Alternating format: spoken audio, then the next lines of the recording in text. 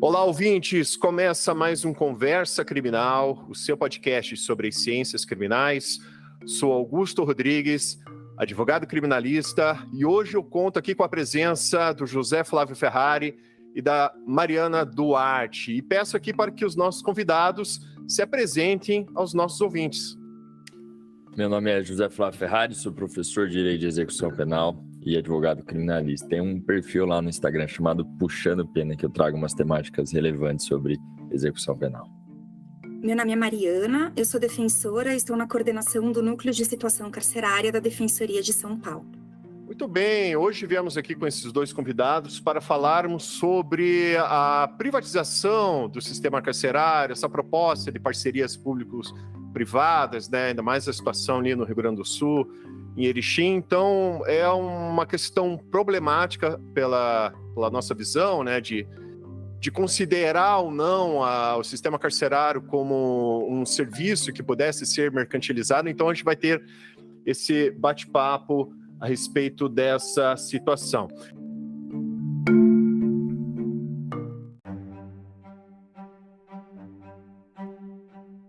Então, já para os convidados, eu já coloco a primeira pergunta. Se poderiam fazer uma introdução para os nossos ouvintes do que se trata essa proposta, né? Se é realmente uma privatização, se é só uma parceria público-privada, se puderem, então, expor para os nossos ouvintes. Augusto, José Flávio, então vamos lá, né? Falar desse tema que não é novo, mas que infelizmente está em alta aí. Ele sempre volta para assombrar a gente. O que está acontecendo lá no Sul? Tem um edital aberto para a construção do presídio de Erechim, que é um município no Rio Grande do Sul, e a gente tem um leilão previsto já para o dia 6 de outubro aí desse ano, né, 2023. Esse edital estava suspenso pela Justiça, mas a liminar que foi concedida pelo Tribunal de Justiça do Rio Grande do Sul caiu. E do que se trata esse edital? É um edital de PPP, né, de parceria público-privada, para a construção desse presídio de Erechim e também para gestão prisional, em uma série de serviços que são essencialmente públicos, aí de gestão desse sistema. E para isso, tem uma previsão aí de dispêndios do BNDES, que é um banco de desenvolvimento, né, que não deveria estar voltado aí para essa questão prisional, principalmente quando a gente fala de desenvolvimento social, para subvencionar a construção desse presídio com 150 milhões de reais, está no site oficial aí do BNDES. E, além disso, a empresa vencedora, ela vai ser remunerada aí pelo poder público, com a gestão de uma concessão pública de 30 anos, dos serviços de instalações, limpeza, apoio logístico na movimentação das pessoas presas. E isso também contando com uma normativa recente, aí de um decreto de abril também desse ano, do governo federal, que possibilita as debêntures incentivadas, que são incentivos com isenções fiscais, para que então a empresa privada ela possa buscar no mercado financeiro financiamento realmente dessa empreitada. E você, Zé Flávio, gostaria de acrescentar uma questão a respeito dessa proposta, né, que a professora Mariana citou? Então, Augusto, essa proposta, como a própria doutora mencionou, não é nova. É algo que já está sendo discutido há muito tempo, ainda mais nessas novas perspectivas extremamente capitalistas e neocapitalistas, né, que a gente vive. E, na verdade, assim, não é uma questão nova brasileira. Isso já tem aplicação na América do Sul, já tem aplicação em outros países. E logo mais a gente vai discutir sobre alguns resultados que nós tivemos inicialmente nesses países, aqui mesmo na América do Sul. Mas, a princípio, é, de fato, a extensão do Estado a partir de entes privados. Nós sabemos, Augusto e Mariana, e quem está nos ouvindo, que as empresas privadas, elas visam uma única coisa, né, que é o lucro. E isso fica ainda mais claro com a possibilidade de você pedir no mercado de capitais, né, mais valores e valores para a gestão, e você precisa, por outra via, dar uma contraprestação para quem está investindo nessa ideia, nesse trabalho. Então, vamos lá. Nesse primeiro projeto piloto, eles vão ter que dar ainda mais ênfase, né, ao lucro e mostrar que esse projeto é viável. E como que a gente vai fazer isso? Essa é a questão que a gente tem que levantar. A gente até havia conversado nos bastidores, é transformar a questão da mercantilização da vida, né, principalmente com a ascensão do neoliberalismo ali a partir do início dos anos 70, lembrando que o Chile de Pinochet foi a primeira experiência neoliberal, né, que houve no mundo, né, foi um laboratório neoliberal, e a partir disso ali governo Margaret Thatcher na Inglaterra, Ronald Reagan nos Estados Unidos, fomos tendo cada vez mais um enxugamento do Estado, uma ascensão desse capital neoliberal, principalmente com a derrocada do bloco soviético, né? Então aí que veio com tudo mesmo o fim desse estado de bem-estar social e a privatização de serviços públicos. E com isso a gente até discutiu que hoje serviços públicos ou serviços, né, que deveriam, né, ser vistos como direitos básicos de qualquer cidadão, são colocados como mercadoria, né? Seja lá a saúde, a educação.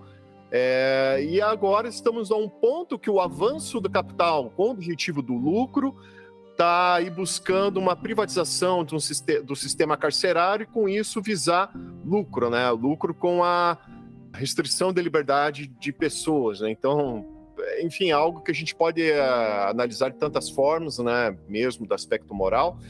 E eu já também coloco para os convidados, né? A partir do ponto de vista de vocês, quais seriam as problemáticas da privatização de um sistema carcerário, de colocar ali uma empresa que visa lucro, gerindo, né, esse sistema? A gente tem um sucateamento do sistema prisional, né, e isso não é um acaso, e isso é utilizado como uma pretensa justificativa para a privatização. Então, isso vai acabar gerando mais sucateamento nessa lógica de lucro, de mercantilização da vida, né, dos corpos negros encarcerados, e com a redução de custos, a pretensa redução de custos, né? E de custos para quem? Então, há uma redução dos custos ali dentro do sistema prisional, o que não significa que o Estado ele vai gastar menos, porque esse preço ele vai custar mais caro, né? E a gente vê as experiências já no Brasil, América Latina, como a gente também estava conversando, e nos Estados Unidos, que está inclusive num processo de reversão dessa política.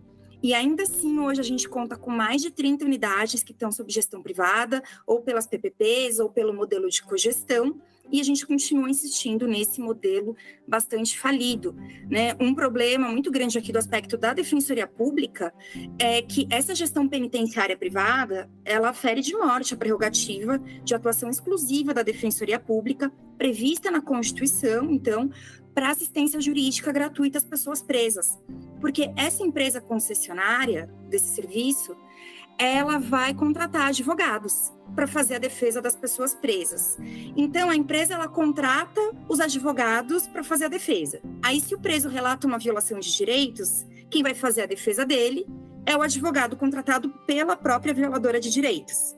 E quem vai fazer a defesa nos processos disciplinares para apurar se houve ou não a falta é o próprio advogado contratado pela empresa, né? Então, a empresa ela só lucra, porque essas empresas ganham por pessoas presas. E esses contratos possuem, inclusive, taxas mínimas aí de ocupação dos estabelecimentos prisionais, contribuindo também para o encarceramento em massa, num país que ocupa desde 2017 o ranking em terceiro lugar aí no ranking de pessoas encarceradas, né, perdendo apenas para os Estados Unidos e para a China, que estão reduzindo seus encarceramentos, contrariamente de nós, e no ranking de mulheres presas, que a gente ocupava o 4º lugar até ano passado, nós subimos para a 3ª posição. Mariana, eu queria fazer um comentário sobre isso. A gente consegue pensar em várias formas de uma empresa privada ganhar dinheiro dentro do sistema, e tem uma em especial que já está acontecendo há vários e vários anos, só está aumentando o lucro dessas empresas e a atividade dessas empresas dentro do sistema penitenciário, dentro do sistema carcerário, que é a monitoração eletrônica. Eu acho que a gente não pode deixar passar esse podcast aqui também sem comentar isso, que é, para mim, algo extremamente relevante. Nós tínhamos, em 2012, um número irrisório de tornozeleiras implementadas. De lá para cá, lógico, dadas situações, dadas a inexistência de vaga suficiente, regime semiaberto, alguns juízes que tiram normas, inclusive digo ministros, que tiram normas de suas cabeças para justificar tornozeleira no regime aberto, que é uma norma ilegal e inconstitucional, porque tem um veto presidencial que foi avalizado pelo Congresso Nacional, que também não é sequer lembrado nos votos. Mas o que eu digo é o seguinte: nós temos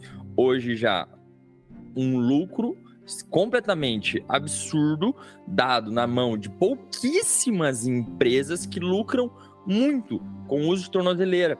E o uso de tornozeleira está aumentando cada vez mais. Eu vou falar abertamente porque isso está no site da empresa. Tem uma empresa chamada Spacecom. Essa empresa, Spacecom, ela no site dela está escrito que ela atua em pelo menos 17 tribunais e que gere sozinha mais de 400 mil tornozeleiras.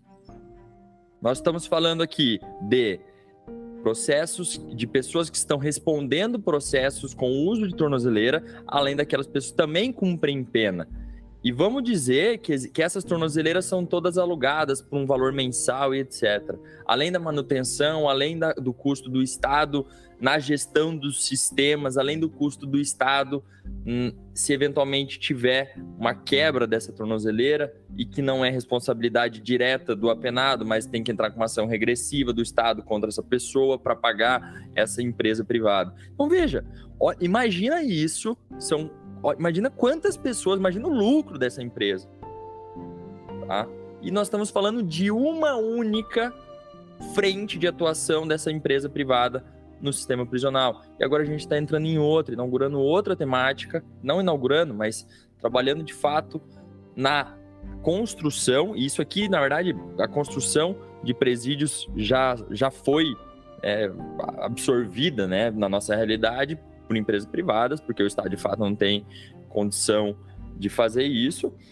Mas particularmente eu vejo isso, construção de presídios, apesar de construção de presídios ser algo completamente ilógico do ponto de vista de política criminal, porque ninguém quer mais e mais pessoas presas, só que é isso que está acontecendo. E daí, para construir presídios, pagar as instituições privadas, precisa prender mais gente. E por outro lado, agora nós inauguramos um outro viés, que é gestão do sistema prisional. E, mais uma vez, essa empresa vai visar lucro. Ela tem um número mínimo de pessoas privadas de liberdade na unidade que ela tem que ter. Isso não faz sentido, tá? Por quê? Porque nós sabemos quem são os detentores de poder. Nós sabemos quem criam as normas, quem aplicam as penas, quem são os lobistas mais fortes que nós temos no país. E é quem tem capital financeiro. E essas pessoas, então, conseguem fazer e manejar suas estratégias para forçar, talvez, mais prisões, mais pessoas encarceradas, mais lucro na mão dessas pessoas. Sem contar empresas de fora que também conseguem ter seus sistemas implementados, de suas plantas de trabalho dentro dessas fábricas /cárceres. E aí sim, gerar mais e mais dinheiro, tá? Deixa eu terminar essa minha fala, essa fala com um caso que aconteceu recentemente no Rio de Janeiro. Uma instituição de lá não fornece sequer o mínimo existencial para essa pessoa privada de liberdade. Não dá. E está acontecendo agora, o Augusto comentou comigo, agora em Piraquara, né? Que a instituição não dá escova de dente necessária, não dá sabonete, não dá roupa, não dá o mínimo existencial de fato para essa pessoa. Só que dentro da unidade prisional tem um mercado privado, que essa empresa privada também vai lucrar sobre o mínimo que ela não fornece. Então tem um mercadinho dentro da unidade prisional que os familiares, as pessoas privadas de liberdade vão poder adquirir produtos de existência, de higiene básica. E aí você, mais uma vez, lucra sobre aquilo. e como é um produto escasso dentro da unidade prisional, acredito que vai ter também um valor significativo. Enfim, vejam quantas são as possibilidades de uma empresa privada lucrar no sistema prisional. Zé, e só complementando a tua fala, primeiro, você falou encarceramento de pessoas, né? Mas uma coisa que tem que ser deixado bem claro, que esse encarceramento de pessoas, ele tem um recorte de classe. Porque a gente sabe, em regra, quem são essas pessoas. Classe trabalhadora, em regra, preta, pobre, periférica. Lá, de vez em quando, alguém da classe média, né? Um advogado, um médico, lá, de vez em quando, um servidor público. E burguês, acho que assim, o que a gente pode lembrar, talvez um ou outro aí na Operação Lava Jato, o Odebrecht e tal. Mas assim, a gente sabe que, em regra, é classe trabalhadora preta, pobre, periférica. E é uma questão que você veja, é um mercado que gera lucro, né? Como essa questão do mercadinho que você falou, e é um sistema que está totalmente abandonado para essas pessoas, né? Que o Zé Flávio citou, uma carta que eu faço aqui parte do Conselho da Comunidade, né? Aqui de Curitiba, região metropolitana, e tivemos ali acesso a um manifesto, né? Dos presos ali, dos apenados aqui de Piraquara, em que a situação totalmente degradante. O que eles mesmos destacaram no manifesto deles. Eles estão ali dispostos a responder, a cumprir, né, a sua pena, pagar ali pelos seus erros, só que ali está sendo uma forma completamente desproporcional, desumana, cruel, e considerando que boa parte daqueles apenados ali são réus primários, né? Muitas vezes ele preso por causa de lei de drogas, muitas vezes em situações que são crimes que não envolvem violência e grave ameaça, mas sofrem toda essa opressão estatal, esse descaso estatal e, enfim, a pergunta que eu deixo, né, questionamento, como é que vamos devolver, né, essas pessoas para a sociedade, né? Que tipo de pessoa vai sair de lá, né? Essa é a questão. E, doutora Mariana, gostaria de fazer algum comentário a respeito dessa colocação do José Flávio, ou mesmo da minha? Essa colocação da exploração do trabalho, né, e das próprias vidas, ela é muito relevante, porque com base nesse discurso ressocializador, que não fica em pé nem mais na teoria, existe essa possibilidade concreta e que sempre acontece nessas gestões privadas de exploração do trabalho do preso, de maneira obrigatória. Então, além disso, a gente tem a venda dos produtos por essa empresa privada, né, como vocês bem colocaram. E isso configura exploração do trabalho forçado, não tem outro nome. E isso a OIT já reconheceu nas suas convenções. E quem vai fiscalizar esse trabalho? Ele não segue a CLT, ele não segue a Constituição, ele segue quais lógicas exatamente, né? Então, se a pessoa ela tem que se ausentar para ir até uma audiência e não vai trabalhar, como fica? Então, realmente é a neoescravidão. Não tem outro nome para isso. Exatamente. Eu até fiz um comentário no chat aqui agora. Parece que a gente tá vivendo um feudo de novo. Que a pessoa acorda, trabalha, gere trabalho, né, para quem, vamos dizer assim, cuida daquele cercado. Então você é uma mão de obra barata e tudo que você ganha você tem que deixar lá. E você comentou, Zé, anteriormente a questão dos lobbies, né?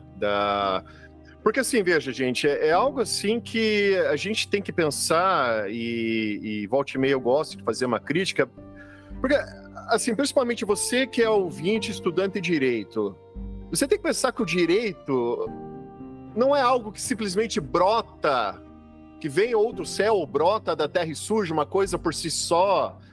O direito ele é fruto das relações de poder.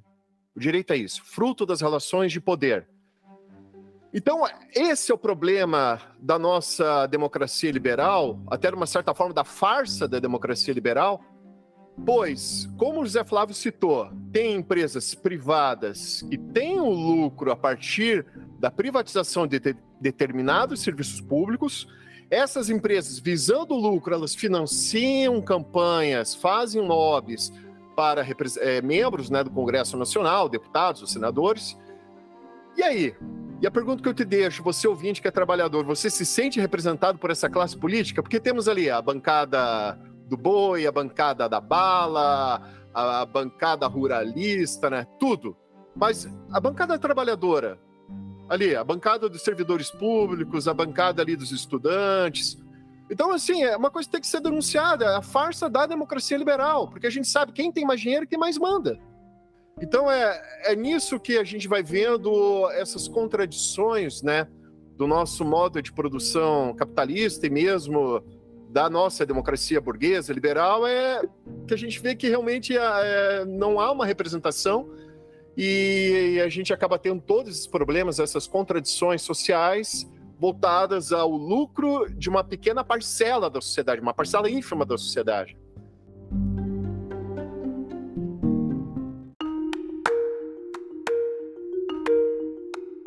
E a gente vê essa lógica, né, da mercantilização na tornozeleira eletrônica, como o José Flávio disse, em toda essa questão prisional, como Augusto e José Flávio também disseram. E, além disso, quando a pessoa termina de cumprir pena, se ela sair viva de lá ainda, que tem mais essa, porque ela vai adoecer de causas dentro do sistema prisional e ela vai morrer de causas que ela não morreria aqui fora, ainda vai ter a questão da pena de multa, né, que a gente também não pode deixar de mencionar. Então, as pessoas elas têm que pagar valores que elas não têm condições, porque elas realmente não têm condições financeiras. A gente sabe quem é o público-alvo do sistema prisional, né? São pessoas extremamente vulneráveis e são cobrados valores que elas não vão conseguir adimplir, aí elas não vão conseguir votar, vão ter o Bolsa Família bloqueado, não vão conseguir entrar em outros benefícios assistenciais. Então, realmente vai ter uma penhora aí dos bens da família e elas não vão conseguir pagar esse valor, com uma lógica de que o Estado estaria também arrecadando dinheiro com base nisso, e não está, né? Então, a gente só está massacrando ainda mais essas pessoas e, de um outro lado, a gente vê as empresas lucrando absurdamente com base nesse poder, esse poderoso mesmo, esse poderio econômico que vai acabar ditando todas as nossas regras de política criminal, no sucateamento de política social e da própria vida das pessoas, e a gente mantendo essa lógica de superencarceramento, que é totalmente irracional, não se sustenta, mas não se sustenta para quem? Né? Porque economicamente parece que ela está aí a todo vapor, embora, como a gente tenha dito, isso já se mostrou frustrado, inclusive economicamente, na América Latina e nos Estados Unidos, que tem adotado esse modelo aí desde 80 e que agora está nesse processo aí de reversão, de reavaliação, e a gente investindo de novo nisso, com base no interesse das empresas e do mercado financeiro, e agora por meio dessas debêntures incentivadas. Mariana, eu vou pegar o gancho da pena de multa, mas eu quero muito tratar sobre essas debêntures incentivadas, tá? Muito, mas muito mesmo. Mas eu vou pegar esse gancho da pena de multa e fazer um pequeno adendo. Isso aqui que a Mariana comentou é o efeito criminógeno, né? O que a gente tem de mais escancarado no nosso tempo prisional, que exige-se uma pena de pagamento de multa e a vida dessa pessoa fica basicamente anulada, ela não consegue fazer nada. E aí, muitas vezes, ela às vezes contratou um advogado, além disso ainda tem a pena de multa, ela tem suas questões pessoais. E como que ela vai fazer para se manter se, enquanto egresso do sistema prisional, ninguém dá oportunidade de emprego para ela? Tem um voto do ministro Rogério Schietti, inclusive, Mariana, obrigado por participar da Defensoria Pública de São Paulo, que é, sem nenhuma dúvida, uma das defensorias públicas que melhor, mais atua e tem mais influência no nosso cenário nacional. Inclusive, eu sou muito amigo de grandes defensores, que eu tenho uma paixão enorme, e assim, eu sigo cada passo desses defensores, sem querer citar os nomes aqui, senão eu vou estar cometendo alguma atrocidade, esquecer de alguém. Mas é o seguinte, olha que legal, tem um voto do ministro Rogério Schietti naquele tema 931, que originalmente eles falaram, olha, pena de multa impede a extinção da punibilidade, se não for paga. Beleza. E aí, felizmente, a Defensoria Pública do Estado de São Paulo falou, ministro, pelo amor de Deus, vamos pautar de novo, pelo menos vamos colocar uma cláusula de hipossuficiência nesse tema, né? E realmente foi o que foi sedimentado. E no voto do ministro Rogério Schietti, que ele pediu novamente para pautar e sugeriu uma alteração na redação do tema, foi o seguinte, nós vivemos hoje num país que tem milhões e milhões de pessoas desempregadas. E pessoas desempregadas livres, sem nenhum obstáculo prisional nas suas costas, sem nenhum rótulo prisional, sem nenhuma taxação de ex-presidiário. O egresso é ainda pior. A chance de um egresso conseguir um emprego... Eu tenho um cliente agora, eu vim para a iniciativa privada, né? Estou advogando, né, na advocacia criminal, mas eu tenho um cliente que trabalhava numa ótima empresa e aí esse dono da empresa contratou um advogado para fazer um pente fino em todos os prestadores de serviços e descobriu que ele estava cumprindo pena no regime aberto. Primeira coisa que foi feita, foi mandado embora. Então, assim, esse é um efeito criminógeno. A partir do momento que você é taxado como criminoso, você não tem nem direito a emprego mais. E aí você tem que se valer daqueles pseudo-empregos que são fornecidos para você.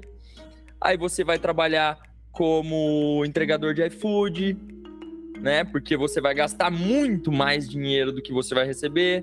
Então você vai gastar muito dinheiro fazendo entrega, você vai ganhar, sei lá, R$30 por dia. E com isso você também não consegue pagar a multa, que muitas vezes a gente sabe que é decorrente de tráfico, e a multa chega a R$30 mil.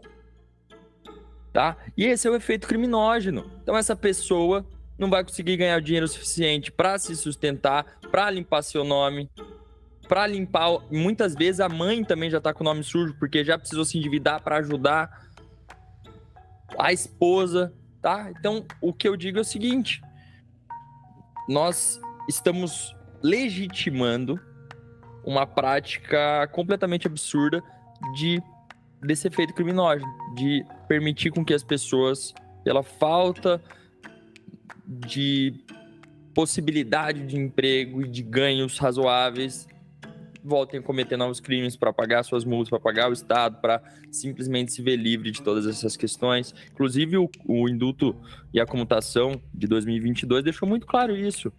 O valor chega até a 17, 30 mil em caso de substituição, né, da pena de prestação de serviço de comunidade por prestação pecuniária. O cálculo também é absurdo.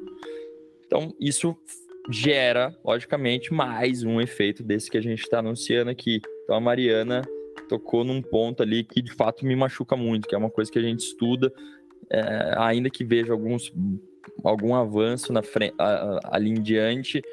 O STF agora, a terceira sessão, está discutindo se não pagamento de multa pode servir de obstáculo para a progressão de regime. E aí eu tenho um problema no sentido de que o próprio STJ já fala que porque não adimple o requisito subjetivo de que não está arrependido. Enfim, é um negócio absurdo. Mas, Mariana, isso me machuca muito, né? Saber desse cenário, enxergar e estar de mãos atadas para não conseguir mudar. E aí eu queria falar um pouquinho mais, e aí podem inaugurar também a questão das debêntures do mercado financeiro, que isso é um negócio complicado. Nossa, são tantas violações, né? E é tão simbólico também a gente estar tratando isso nessa semana em que a gente está tendo a revisão do Brasil no Comitê de Direitos Econômicos, Sociais e Culturais da ONU. E a gente levou, inclusive, pela Defensoria de São Paulo, né, pelo Núcleo de Situação Carcerária, junto com a Defensoria Pública da Paraíba, Instituto Pro Bono, IBCCRIM e Conectas, essa questão da pena de multa. E o tema 931 do STJ realmente não resolveu o problema, justamente porque o que seria hipossuficiência, então a gente entra de novo nessa discussão, e com penhora, inclusive, da conta de pecúlio, né? Então, a pessoa presa trabalha, algumas poucas trabalham, né? Também não tem trabalho no sistema prisional, ou a família deposita ali algum valor, tirando da própria subsistência. Ela vai ganhar, assim, no máximo 3/4 do salário mínimo, mas quando é feito trabalho interno na unidade, com rateio de valor entre 10, 20, 30 reais, né? Tem muitos casos assim, e esses valores ainda assim são penhorados. Então, essa realmente é a lógica perversa que a gente está vivendo. Por outro lado, a gente tem as debêntures incentivadas. Então, o que é isso? Né? Veio um decreto aí, em abril de 2023, do governo federal, prevendo, fazendo uma alteração, na realidade, num decreto mais antigo, de 2016. E esse decreto de 2016 regulamenta a lei das debêntures incentivadas. Então, o que é isso? Existem algumas áreas prioritárias no poder público, que entre essas áreas de infraestrutura social, vai ter esse decreto aí que vai regulamentar o que seria, que vai contar de fato com um incentivo do governo federal, por isso que ela se chama aí debêntures incentivadas, né? E foi acrescido, então, em 2023, esse inciso, né, essa previsão, para que a segurança pública e o sistema prisional possam ser consideradas aí áreas prioritárias dentro dessa infraestrutura social por meio das debêntures incentivadas. E se a gente for lá para essa lei, ela vai falar o seguinte, que para esses setores, então, que forem elegidos como prioritários, você pode ter uma redução ou uma isenção fiscal. E aí é prevista uma isenção fiscal para os investidores, né, para as pessoas físicas, que comprarem esses títulos no mercado, na B3, que pode ser aí o mercado de balcão, a bolsa, enfim. Então, há uma pulverização no mercado financeiro para que as pessoas comprem esses títulos, então, como um incentivo para essa compra, por meio da isenção, não pagando, portanto, imposto de renda em cima do lucro dessa operação. Ou seja, é um ganha-ganha, mas para quem? De novo, né? Então, todo mundo vai ser incentivado a comprar em larga escala, quando a gente fala aqui de pulverização no mercado, essas debêntures justamente para incentivar que o sistema prisional possa crescer, como se isso fosse um desenvolvimento social, né? E aí choca muito esse nome social, porque de social a gente não tem absolutamente nada, a gente está vulnerabilizando as pessoas pobres, pretas, periféricas, as suas famílias que também cumprem pena junto, quando elas ficam na fila, quando elas não conseguem entrar, quando elas têm que abrir mão também dos seus valores, já que a gente está falando da questão econômica, de deslocamento para unidades sempre muito distantes de onde elas moram, né, tendo que prover, então, por seus familiares, alimentação, já que a unidade prisional, a privada, mais ainda, né, porque ela vai querer lucrar e fornecer cada vez menos alimentos de pior qualidade, então as famílias têm que também levar os alimentos, isso quando os alimentos conseguem entrar, isso quando elas não têm que deixar de se alimentar, porque quando elas passam no scanner corporal, essas imagens são tidas como inconclusivas ou suspeitas, se é identificado algo, e elas são impedidas de entrar, muitas vezes submetidas à revista vexatória, a exame de toque no hospital, que também é uma revista vexatória. Então, a gente vai somando todas essas vulnerabilidades, depois, quando ela é solta essa dificuldade na inserção, para não dizer impedimento, né, no mercado de trabalho, para que ela possa, com todas as aspas do universo, se ressocializar, como se isso fosse possível. Por isso que a gente fala desse pretenso efeito ressocializador, né? Primeiro que a gente não precisa ressocializar ninguém, as pessoas elas já são suficientemente socializadas, mas a gente, enquanto sociedade, insiste nesse discurso com prisões cada vez mais fechadas para que a gente não veja o que está acontecendo lá dentro. E aí, quando a gente também fala do sistema prisional privado, as dificuldades ainda maiores da gente poder entrar nesse sistema. Então, tem um relatório de 2014 da Pastoral Carcerária em que ela aponta, inclusive, isso, né? Que mesmo com a lei de acesso à informação, ela não conseguia uma série de informações dessas empresas privadas. Então, se a gente já tem dificuldade de identificar o que acontece dentro de uma gestão pública dos presídios, quem dirá privadas. Então, a gente só consegue entrar nessa espiral de violações todas, enquanto deveríamos estar pensando no desencarceramento. E aí, quando a gente pensa em desencarceramento, voltando para a tornozeleira eletrônica, que deveria ser uma medida cautelar diversa da prisão, na verdade, o que a gente observa é que as pessoas que seriam soltas, elas já estão soltas, porque realmente não tem nenhum requisito legal, isso quando elas não ficam presas por não pagamento de fiança, de novo aí os valores envolvidos, mas elas vão sair com essa tornozeleira, com altíssimo custo, e com uma série de violações, como tornozeleiras para pessoas em situação de rua, sendo que a gente já tem uma resolução do CNJ que vai dizer que isso não é possível, a não ser com uma série de condições, né? Então, a gente tem visto muito aqui em São Paulo também, com a aquisição dessas tornozeleiras, a imposição da tornozeleira para o regime aberto. E isso em audiência de custódia, quando muitas vezes a própria decisão do juiz de execução não fez essa previsão desse requisito do uso da tornozeleira.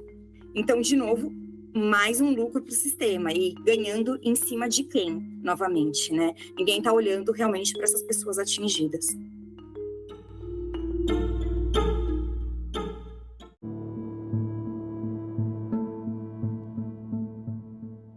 Mariana, eu já vi, né? Felizmente eu tenho um acesso muito privilegiado a muitas informações aí de vários estados aí de alunos que vêm me mandando as decisões, até livramento condicional. Eu já vi juiz também para fiscalizar a medida pena restritiva de direito. Vejam o quão absurdo é. E se não tem um advogado, uma defensoria pública para corrigir isso, fez coisa julgada, entendeu? E nós sabemos, Mariana, para quem atua na execução penal, que existem muitos processos, não tem intervenção da defensoria, não tem defensor dativo, não tem advogado. Porque o processo corre de ofício e não tem ninguém acompanhando o processo. É a pessoa privada de liberdade, o juiz e o promotor. Parece bizarro em 2023 falar disso, após a implementação, inclusive, de um sistema eletrônico que visa corrigir esses tipos de abuso. Mas sim, acontece. Há não muito tempo a gente descobriu um cara que estava cumprindo pena 20 anos no estado de Pernambuco, sem mandado de prisão. Não é só sem mandado de prisão, ele já tinha sido absolvido do homicídio que tinha sido denunciado. Então ele ficou 20 anos preso no sistema porque esqueceram dele. E ele achando lá que tava, sei lá, cumprindo pena, ou enfim, e tava lá. Então é o seguinte, nós vivemos hoje novas formas de perpetuação sempre do mesmo poder. Então nós vemos hoje a mudança de estratégias do Estado e de entes privados sempre em lucrar, né? E novas formas. Essa aqui é uma delas, que não deveria ser legitimada, e o Estado está avalizando isso. Sem nenhuma dúvida, e não vamos chamar esse governo atual de esquerda, porque não é, mas a gente que vê com bons olhos isso, né? Uma esquerda punitiva aí, enfim, mas... Só uma intervenção, Zé, desculpa. Teoricamente, o governo da classe trabalhadora, né? Teoricamente, o governo de esquerda, mas essa PPP é partido com a anuência do governo federal, né? E aí que tá. Por quê, né? Ministro dos Direitos Humanos, ministro da Segurança Pública, não que o ministro da Segurança Pública não fosse avalizar, porque eu acho que vai, tá? Avalizar esse tipo de prática PPP. Ele, enquanto ministro da Justiça e Segurança Pública, ao meu ver, tem se mostrado, o ministro Flávio Dino, tenho o meu maior respeito por ele, mas ele tem se mostrado, de fato, muito punitivista. O Instagram dele, por exemplo, parece de um delegado ou de um policial que fica postando todos os dias foto de apreensão de droga, de arma e etc. Isso não vejo um ministro da Justiça fazendo esse tipo de prática. Mas, enfim, críticas à parte, e meu maior respeito a ele, eu queria ver uma manifestação dele sobre essa prática. Eu queria ver uma manifestação do ministro dos Direitos Humanos, exatamente para que eles se oponham à própria prática mercantil do Estado, que a gente sabe que o atual governo pegou o Brasil sucateado com dívidas bilionárias e precisa dar um jeito de mitigar os danos. A gente sabe disso. Isso aqui é uma estratégia econômica sobre um corpo violado. Até nos bastidores eu havia comentado, né, que eu vi uma entrevista no Opera Mundi em que tinha a fonte ali do Planalto, que conversaram com o ministro da Justiça, Flávio Dino, e com o ministro de Direitos Humanos, Silvio Almeida. E que eles falaram que era uma questão assim que não tinha que fazer, que tinha partido ali do Ministério da Fazenda, né, do Fernando Haddad e da Casa Civil do Rui Costa.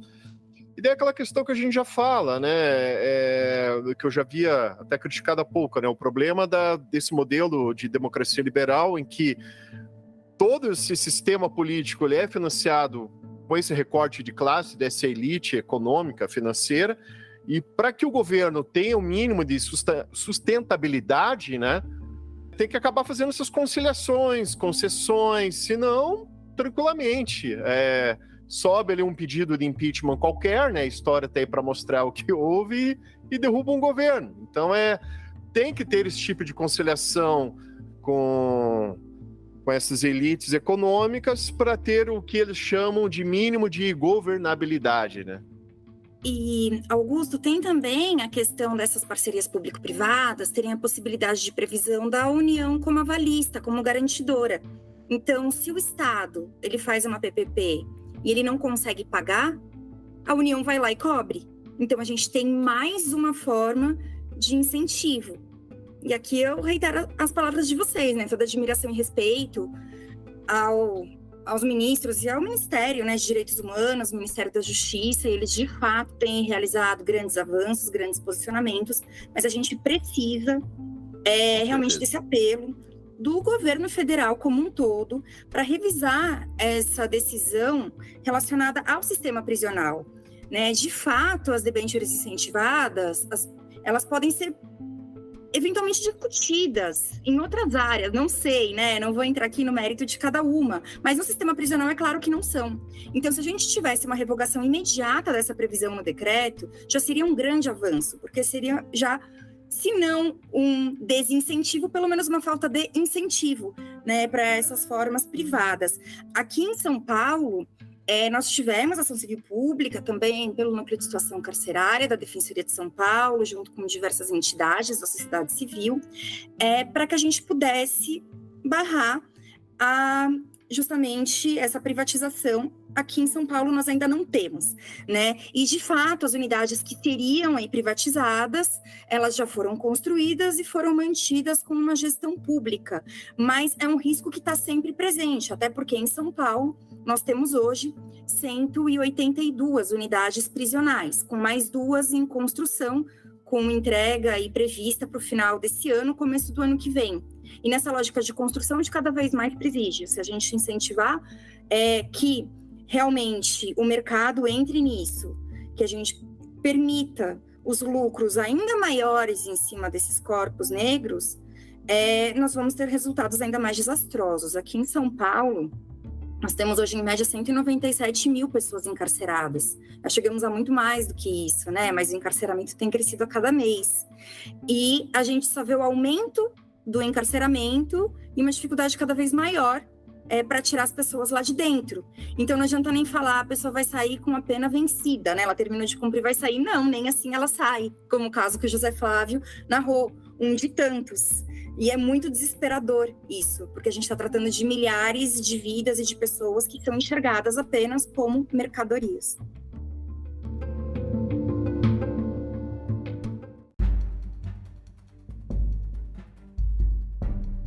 Diante desse decreto de 2023, que veio com a previsão, né, das debêntures incentivadas aí, e com o edital de Erechim, no Rio Grande do Sul, que realmente chamou muito a nossa atenção, né, por ter sido o primeiro aí depois disso, nós nos reunimos pelo coletivo Justiça Além do Cárcere, que reúne diversos atores e atrizes da sociedade civil, dos movimentos sociais e também de entidades como a Defensoria Pública de São Paulo, do Rio de Janeiro, a AJD, que é a Associação de Juízas e Juízes para a Democracia, o IBCCRIM, então, o Mecanismo Nacional de Prevenção e Combate à Tortura, a Pastoral Carcerária, seria injusto eu citar todos, né, porque acho que eu vou esquecer de alguém, é um grupo muito importante que a gente trata de diversos temas, e a privatização foi, então, trazida para o nosso grupo. Nós nos debruçamos sobre isso, realizamos, então, uma nota técnica conjunta, mostrando qual seria a base normativa que tem sido utilizada para essa privatização, a situação de Erechim, que nos parece mais urgente, já que o leilão está previsto agora para o mês de outubro, né, para os próximos dias, e nós destrinchamos os principais problemas que existem já nas experiências desastrosas no Brasil, desse modelo privado de gestão do sistema prisional e também da construção das unidades, e também mostrando os desastres no modelo privado norte-americano. Então, a gente evidencia Pedrinhas, caso de Amazonas, mostrando, inclusive, como há uma maior violência né, da gestão privada, porque realmente não é algo da gestão privada, né? A gente não tem como terceirizar esse poder, essa força do Estado em cima dos corpos das pessoas. Então, com um embasamento técnico e também bastante crítico, como nós fizemos aqui, a gente apresentou essa nota. Nós contamos com o apoio da sociedade civil, de diversas outras defensorias e entidades. Então, quase 90 entidades assinaram a nota, isso num período muito curto de tempo. Então, a gente teve um único dia para conseguir colher todas essas assinaturas, senão a gente com certeza teria muito mais.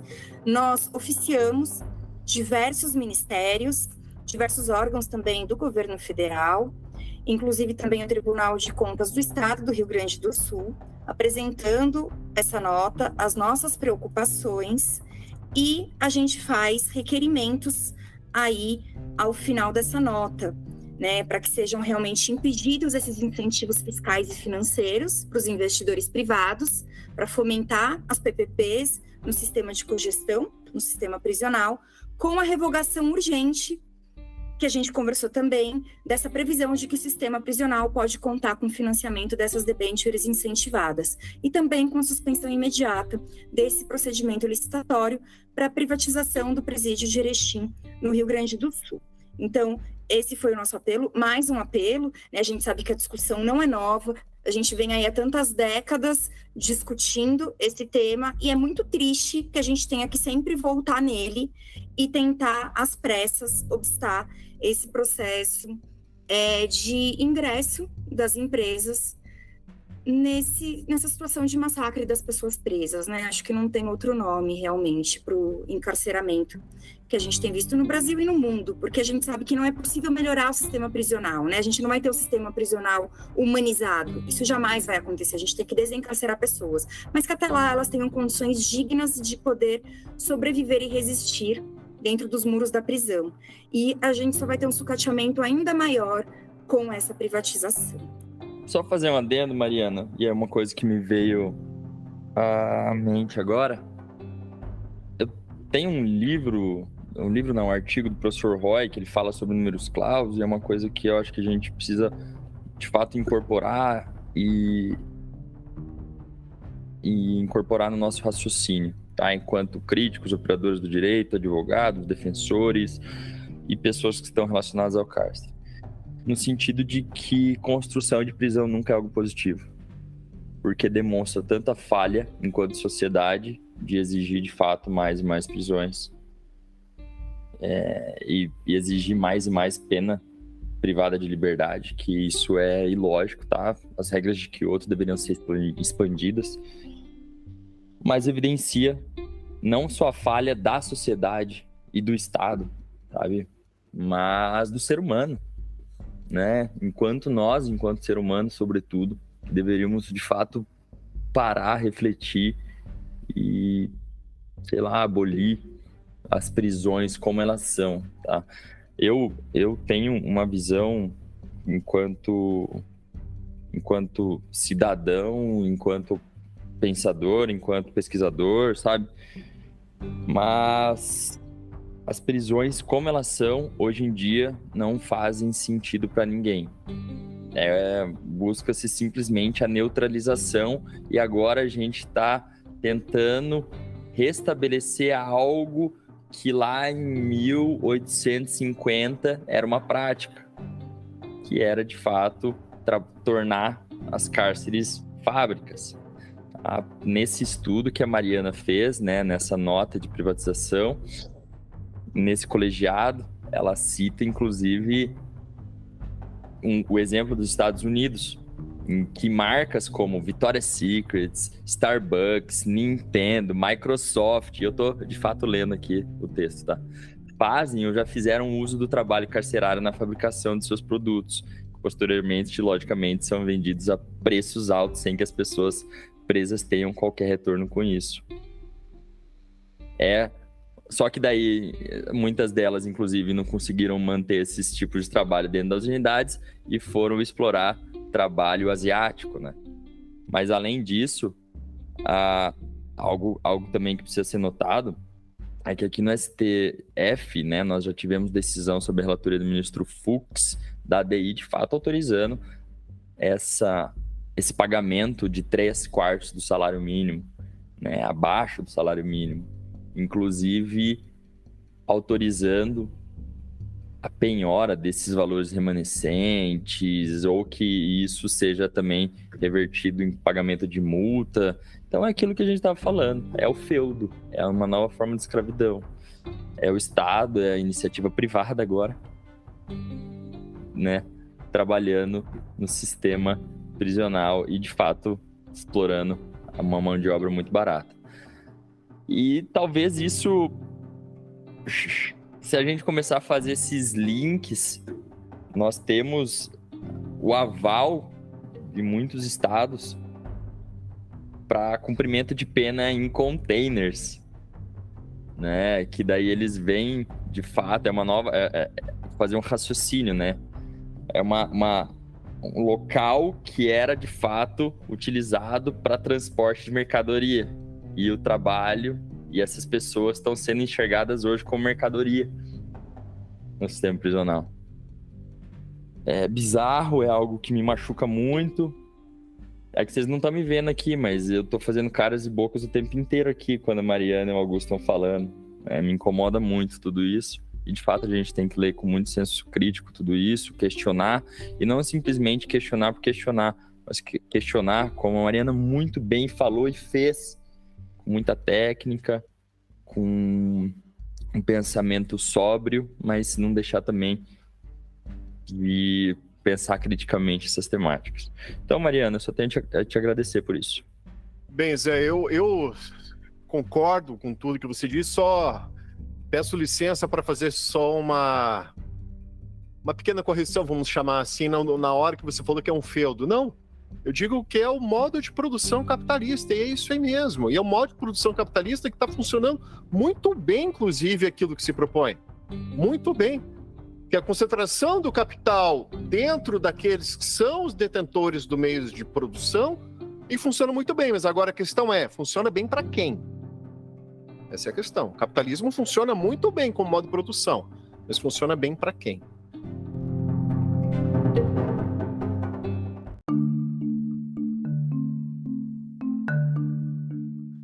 Bem, gente, tivemos aqui essa conversa. Eu quero mais uma vez agradecer aqui ao José Flávio Ferrari, a doutora Mariana Duarte aqui pela presença. Foi uma conversa muito interessante, é um tema assim, importantíssimo, né? Temos que discutir e fazer pressão, né, no poder público para, pelo menos, barrar nessas pautas que são totalmente prejudiciais à sociedade.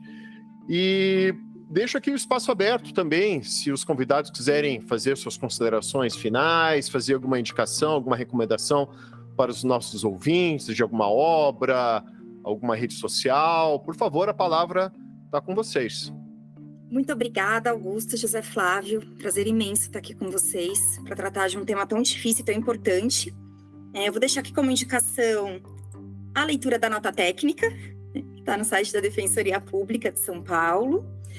E também uma leitura extremamente necessária, que eu sei que é de conhecimento de vocês e de muitos, mas a gente sempre precisa voltar nela, né, da Angela Davis, Estarão as Prisões Obsoletas, que trata justamente do complexo industrial prisional, que tem no encarceramento aí das pessoas presas e negras uma fonte inesgotável de lucro.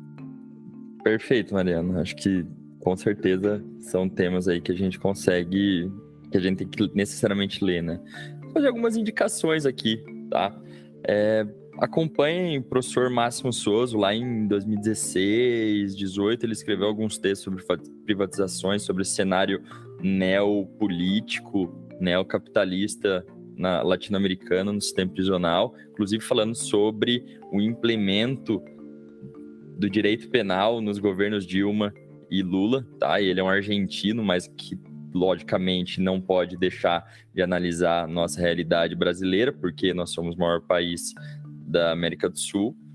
Também recomendo leitura, que aí o Augusto com certeza já ia fazer, que é do livro Cárcere e Fábrica, tá? Dario Melossi e Máximo Pavarini.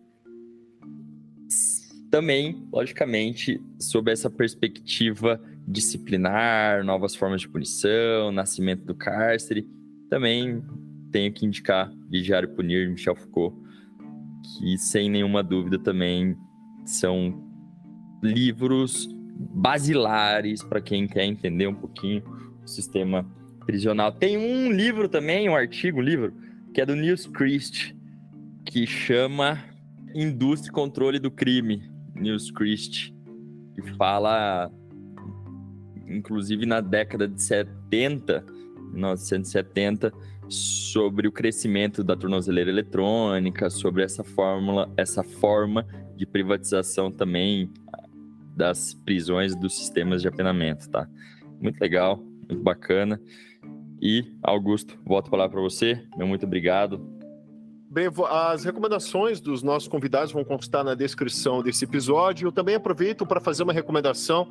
Eu iria fazer a recomendação no Cárcere Fábrica, o Zé já citou, mas eu vou recomendar aqui o Criminologia Radical, do professor Juarez Serino dos Santos, que trata justamente dessa relação entre o modo, né, de produção capitalista e ao que se propõe o sistema penal. Eu creio assim, que é algo que está diretamente relacionado ao que discutimos hoje, certo?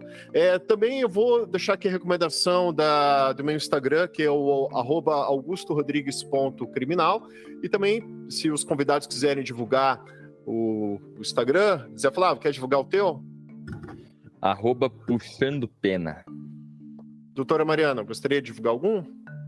Eu vou indicar aqui bom, todo mundo já segue também, né? O meu é pessoal, não vai ter nada muito interessante, mas se vocês puderem seguir da Defensoria Pública de São Paulo, também das defensorias de outros estados, do Rio de Janeiro, também tem uma comunicação muito incrível, assim como da Bahia, Instituto Brasileiro de Ciências Criminais, Instituto de Defesa do Direito de Defesa, e todo mundo aí que se dedica para essa pauta tão relevante de tratar o sistema prisional de uma forma muito séria e muito crítica, né? A gente realmente precisa se informar do que acontece dentro dos muros aí do cárcere. E fazendo só mais uma indicação, no site da Defensoria Pública de São Paulo, na área do Núcleo de Situação Carcerária, estão disponíveis os relatórios de inspeção realizados pelo UNESC, que é o Núcleo de Situação Carcerária. Então, nós entramos nos estabelecimentos prisionais, tiramos fotos, conversamos com as pessoas presas, com os funcionários, com a direção, justamente para evidenciar o que acontece ali dentro, tentando baixar um pouco os muros do cárcere e dar visibilidade para toda sorte de violação de direitos. Então, está todo mundo convidado para ver um pouco aí da realidade do sistema prisional paulista, que a gente sabe que se reflete no país inteiro. Obrigado mais uma vez à doutora Mariana Duarte, ao José Flávio Ferrari pela participação. Eu agradeço em especial você, ouvinte, que nos acompanhou até esse momento. E te peço uma gentileza, se você conhece alguém que possa se interessar por esse conteúdo, por favor, compartilhe esse episódio, que assim vamos propagando o conhecimento. Esse foi mais um Conversa Criminal Podcast. Até a próxima e um grande abraço.